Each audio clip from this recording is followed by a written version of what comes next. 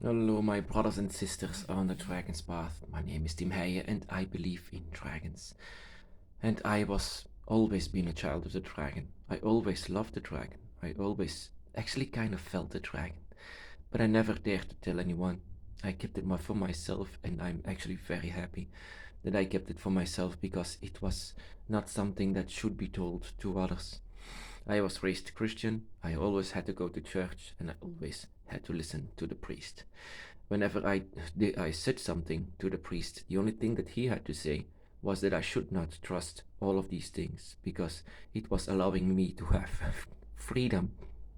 Freedom of thinking. It's something of the devil. Why should it be of the devil? Then I prefer the devil any day to have freedom. But yeah, he said that the devil could manipulate you if you have all of this freedom. And I would say, how does this make any sense? I mean, freedom is determining yourself who you are. If there is no dragon in heaven, then why should I love a heaven? Why should I long for a heaven if there is no dragon? I always loved my dragon, and if I don't feel my dragon anymore, then it's kind of a hell for me. So which one is it? Of course, I did not dare to say it to this priest, but yeah, he just was. Yeah, he was not prepared for something like this, I guess. Children of the Dragon. There are a lot of Children of the Dragon, and in the thing that I created now by with Facebook and YouTube and things like that, there are sometimes children really young that come to me and came to ask me what they have to do to feel the dragon, to summon the dragon, because they would love the dragon. Of course, if I was skeptic or if I was from another religion or things like this, I would immediately had my opinion by saying, "Oh, there is no dragon. This is childlike imagination." But of course, I am who I am. I know what this is. I've been there. I've been there before in this child state that I would love the dragon. I even imagined to be like the dragon. It was my thing. I loved the dragon. It was a way to connect with the dragon, even though I did not realize it back then. But it was actually trying to connect with the dragon. And yeah, that is what a lot of children do. They sometimes can feel the dragon as well. That is why I came to understand that the dragon is not, well, sometimes they do, but mostly they are there because they already have this connection with you. And this connection needs to be established and felt, I mean. But a human, I mean, a child, even a human child who loves a dragon very much but has a connection with the dragon, it's difficult. This is very difficult because the lessons of the dragon for my brothers and sisters is not easy. The lessons of the dragon is memorization, is something that even grown-ups could not actually sometimes endure for what they had to learn, for what they get to learn, from what they get to understand, and what they get to remember. The remembering of the draconic soul that they have, the draconic soul that is being awakened. Um, I somewhere these children are already awakened, but I feel that their God and guardian by their side didn't really touch them because they want to touch them, um, but it's too early.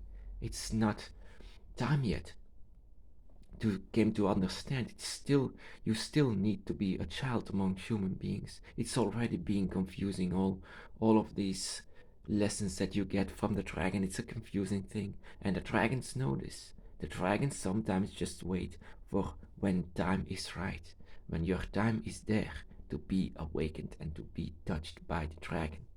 But sometimes as a child, it's just not time yet. So why can they still feel the dragon? I already had this myself. If when I had um, these feelings for the dragon when I was young, 6 years old, I that was um, somewhere that I could see spirits. That I came to understand that I could see spirits. I could feel spirits as well. I could even feel the dragon, but later on I didn't. even though the dragon could touch me very, very much and very well, I already opened the gate when my parents were not looking or my family was not looking. I always actually had this blush and from a dragon with a dragon figure, and I already worshipped this figure. I worshipped the dragon back then as well without even knowing it, and it was having a lot of energy. But the dragon could be there. The dragon could be by my side to touch my soul and awaken me even more. But they waited. They waited for a while. They waited, knowing very well that there will be a time when you are an adult, that you will still have this feeling for the dragon, that you will still open the gate together. And they have just this confidence that you will help them in opening this gate because you are connected to the dragon. The only thing you need to do when you are an adult is to have a little tiny trigger so that you will know where your path is going, that it's going to be on the shadow of the dragon. Children of the dragon most of the time don't have it easy. Of course, they most of the time are different from other children, more like that they don't want to join and participate in games or things like that, or they want to participate, but the other ones don't really, pushed away actually. And so, the dragon will eventually open up their soul and their spirit, their energy, and children just they don't need indoctrination from religions and spirituality. Children don't need that. It sometimes hurts me when I see children sitting in a church, sitting in a mosque, just indoctrinating in this adult spiritual stuff that they don't have any connection with, anything else. I mean, I was sitting in the church thinking about my dragon when I could go out and hug my dragon plush when I get home. That is what I wanted. I never listened to this priest. So sometimes it just hurts me that cultural or even religious parents just continuously indoctrinate their children into something that they are not, pushing their real spirituality away. Of course, it didn't work for me. I still on the dragon's path always have been. That is just showing you how strong it is once you have a connection with the dragon from ever since the beginning of your life. It will always continue. And this continuation will eventually lead that you will open up the gate. When time is right, the dragon will touch you, and the dragon will know that they are there. But you will have to know it's the dragon. Remember your feelings like you were a child. Remember the things that you felt once you saw the image of the dragon. It was so powerful, and this energy needs to return, my brothers and sisters. I'm not here to indoctrinate your children. I'm not here to indoctrinate you.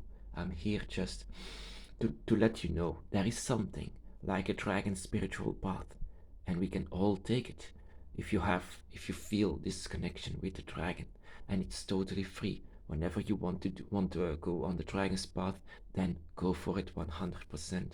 And so you don't need to know everything about a dragon if you want to begin. You don't need to mess up in books and things like that. No, just start your path. Your dragon will say, wherever you will go, you already knew where you have to go ever since you were a child. My brothers and sisters, be blessed.